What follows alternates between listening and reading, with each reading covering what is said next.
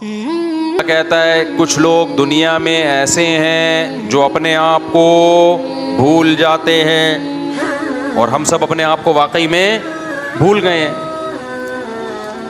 تو یہ کون لوگ ہیں؟ اس کے بہت سارے اسباب ہیں جب آپ اپنے آپ کو بھولتے ہیں۔ سب سے بڑا سبب اس کا یہ ہے کہ جب آپ اللہ کو بھولتے ہیں تو پھر اپنے آپ کو بھول جاتے ہیں۔ نسوا اللہ فانساہم انفسہم، اللہ کہتے ہیں یہ اللہ کو بھول گئے، انہوں نے اپنی ڈکشنری سے اللہ کو نکال دیا، اللہ کو پس پش ڈال دیا۔ دنیا میں سب سے پہلی سزا ان کو کیا ملے گی کہ اللہ انہیں ان کا اپنا آپ بھلا دے گا۔ ایسے ایسے یہ کام کریں گے جس سے ان کا نقصان ہوگا، دنیا میں بھی آخرت میں بھی۔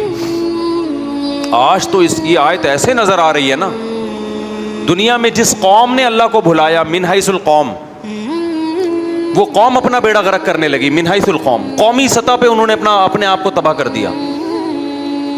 غیر مسلم قوموں کی آپ ترقیاں تو دیکھ رہے ہیں، ان کی ناکامیاں نہیں دیکھ رہے کہ کن کن محاذوں پہ وہ بری طریقے سے ناکام ہیں۔ دیکھو ہمارے ہاں کامیابی اور ناکامی کا کرائیٹیریا یہ کہ وسائل کس کے پاس زیادہ ہیں۔ دیکھو کامیابی اسے نہیں کہتے، کامیابی ہے کہ وسائل کچھ بھی نہیں ہو پھر بھی کامیاب ہو آپ، اور ناکامی یہ ہے کہ وسائل کا ڈھیر لگا ہوا ہو پھر بھی آپ کیا ہو، ناکام۔ تو گورے کے وسائل کو مت دیکھو، وسائل کامیابی کے بہت ہیں مگر کامیاب نہیں ہیں، آخرت میں تو ہے ہی نہیں، دنیا میں بھی نہیں ہے۔ یہ غربت مہنگائی آپ یورپین اقوام پہ 4 دن کے لیے مسلط کر کے دیکھو۔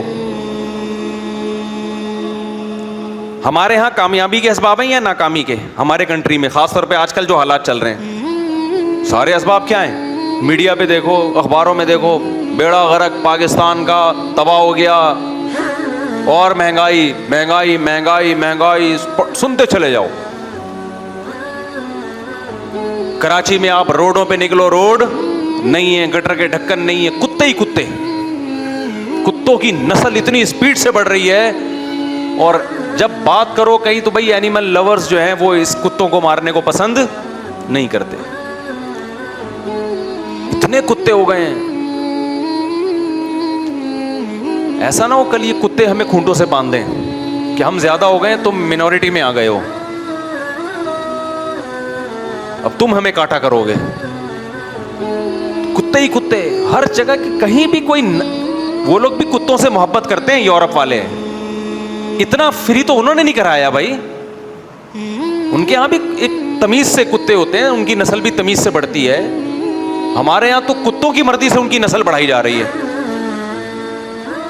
جانوروں کی نسل پہ کنٹرول انسان کرے گا، انسانوں پہ کوئی کنٹرول، انسانوں سے اوپر کی ذات وہ اللہ ہے، وہ اس کا کام ہے۔ آج دنیا کیا کر رہی ہے؟ انسانوں کی نسل کو کنٹرول کرنے کی کوششیں ہو رہی ہیں، جبکہ وہ انسانوں کا کام نہیں ہے، وہ انسان سے اوپر کی ذات ہے جو اللہ ہے۔ اور جانوروں کو اللہ نے آپ کا تابع بنایا ہے، آپ کی مرضی سے ان کی تعداد بڑھے گی، اس پہ کنٹرول کیا ہے؟ ختم۔ کتنے لوگ یہاں ہڈیاں توڑ کے آئے ہیں، بیان میں بیٹھے ہوتے ہیں جی ٹانگ ٹوٹی، کیسے ٹوٹی، بائک پہ جا رہا تھا کتے سے ٹکرا گیا۔ بہت ہو رہا ہے کراچی میں، کتے نے کاٹ لیا اور پاگل کتے نے کاٹ لیا، ٹھیک ہے لگ رہے ہیں۔ مجال ہے گورنمنٹ کو کوئی ٹس سے مس ہو جائے اس بارے میں۔ جب بات کرو کہہ رہے ہیں باہر سے NGOs کی طرف سے پابندیاں ہیں، جو جانوروں کے حقوق کی تنظیمیں ان کی طرف سے کیا ہیں؟ پابندیاں ہیں۔ تو نسوا اللہ فانساہم انفسہم، میں کہہ رہا ہوں ہمارے پاس ناکامی کے سارے وسائل ہیں، پھر بھی خدا کی قسم اتنے ناکام نہیں ہیں، خوش ہیں۔ آپ کسی کو دیکھو نا بیٹھا ہوگا مہنگائی یہ وہ ایسے رو رہا ہوگا بیٹھ کے، 2 منٹ اخبار پڑھ کے ہوگا، وہ جو ٹینشن ہو رہی ہے وہ بھی کیا پڑھ کے ہوتی ہے؟ اخبار پڑھ کے یا ٹی وی دیکھ کے۔ جو ٹی وی نہیں دیکھ رہے، نیوز نہیں سن رہے، ان کو وہ ٹینشن بھی نہیں ہے، اور یہ بھی پورا دین نہیں ہے۔ پورا دین ہوتا زندگیوں میں تو جو بہت معمولی سی کچھ لوگوں کو ٹینشن ہے وہ بھی نہ ہوتی، کیونکہ صحابہ کرام کے پاس تو دنیاوی لحاظ سے اس سے زیادہ ناکامی کے اسباب تھے۔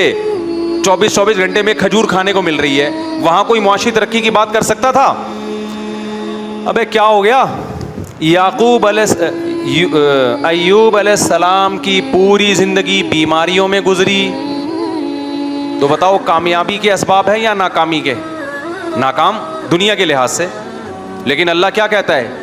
ایوب علیہ السلام کامیاب تھے, کبھی ان کی پیشانی پہ لکیر نہیں آئی, کبھی بے صبری کا ایک جملہ ان کی زبان سے نہیں نکلا.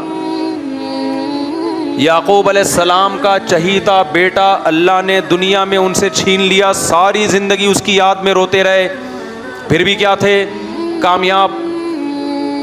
زبان سے ناشکری کا ایک جملہ بھی نہیں نکلا. اعلم من اللہ ما لا تعلمون, میں اللہ کے بارے میں وہ کچھ جانتا ہوں جو تم نہیں جانتے. کامیابی کے اسباب اور وسائل کو لوگوں نے کامیابی سمجھنا شروع کر دیا ہے. یہ ایسے جیسے آپ کے پاس منزل تک پہنچنے کا راستہ ہو, اسی راستے کو آپ منزل سمجھنا شروع کر دیں. او بھائی اس راستے پہ چل کے منزل پہ پہنچے گا تو بھی اس کو راستہ کہیں گے. سمجھتا نہیں ہے بات کو, میرا خیال ہے جب پڑھے گا نہیں رات کو تو کیسے سمجھے گا بات کو. ہم اسکول میں ہوتے تو یہ ڈائلاگ بولتے تھے, ٹیچر پڑھا رہے ہوتے تھے نا, بچے کی سمجھ میں ویسے بھی نہیں کراچی میں کسی کی سمجھ میں آتا, ٹیچر پڑھا ہی نہیں رہے ہوتے تو سمجھ میں آئے گا کہاں سے. لیکن اس زمانے میں پڑھاتے تھے, طلبہ کی سمجھ میں نہیں آتا تھا, اتنی ترقی نہیں ہوئی تھی, ٹھیک ہے نا, جتنی آج ہے. اب تو پڑھائی نہیں ہے تو سمجھ میں کہاں سے آئے گا. ہمارے دور میں پڑھائی تھی, سمجھ میں نہیں آ رہا ہوتا تھا. تو اس وقت ہم یہ کہتے تھے جب پڑھے گا نہیں رات کو تو سمجھے گا کیسے بات کو. کیونکہ ہم نے مدرسوں میں پھر یہ اصول سیکھا کہ جو کل آپ کا سبق ہوگا نا, جو ٹیچر نے کل پڑھانا ہے, رات کو آپ نے اس کی اسٹڈی کر کے اس کو خود سمجھنے کی کوشش کرنی ہے. کوشش کرنے کے بعد پھر ٹیچر جب اس کو ایکسپلین کریں گے تو آپ کو اچھی طرح سے سمجھ میں آ جائے گا. اگر آپ نے رات کو اسٹڈی نہیں کی, دیکھا ہی نہیں ہے کل کیا سبق ہے, تو کل نہیں سمجھ میں آئے گا. تو اس پہ ہم کہتے تھے جب نہیں پڑھے گا رات کو تو کیسے سمجھے گا بات کو. آگے پھر اسی میں شعر مکمل کر دوں, بچہ سمجھدار ہے اس لیے گھر سے باہر ہے.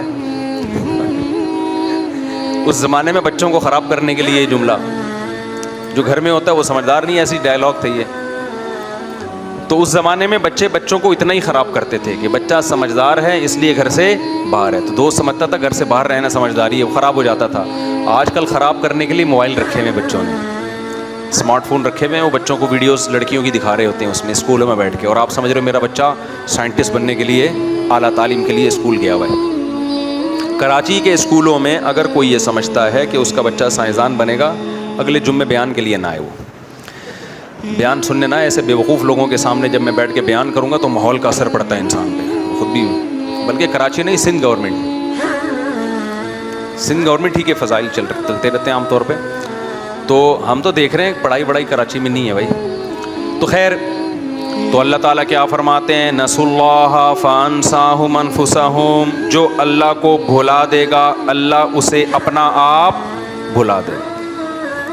قومی سطح پہ جب جس سوسائٹی میں بے حیائی پھیلتی ہے, اس کا مطلب انہوں نے اللہ کو بھلا دیا. اب اللہ آپ سے انتقام لے گا, آپ اپنا نقصان کر رہے ہو. سب سے پہلا نقصان آپ کا گھریلو ماحول تباہ ہوگا. آپ کی بیٹیاں آپ کے سامنے اونچی آواز سے بات کرنا سیکھیں گی. پہلے باپ گھر میں آیا, بیٹی نے سر پہ دوپٹہ لے لیا ابا کے احترام میں, وہ دوپٹہ مارکیٹ سے شارٹ. حیا گئی تو بدتمیزی آئی. آج کل لبرل لوگوں نے ہر الٹی چیز پہ لیبل اچھے بدتمیزی کو کانفیڈنس کہا جاتا ہے کہ بچی میں کانفیڈنس بہت ہے, حالانکہ وہ بدتمیز ہوتی ہے. وہ کانفیڈنس نہیں ہے, وہ کیا ہے, بدتمیزی ہے.